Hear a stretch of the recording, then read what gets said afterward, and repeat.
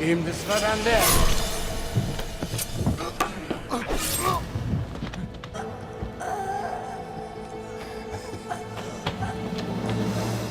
İntikam.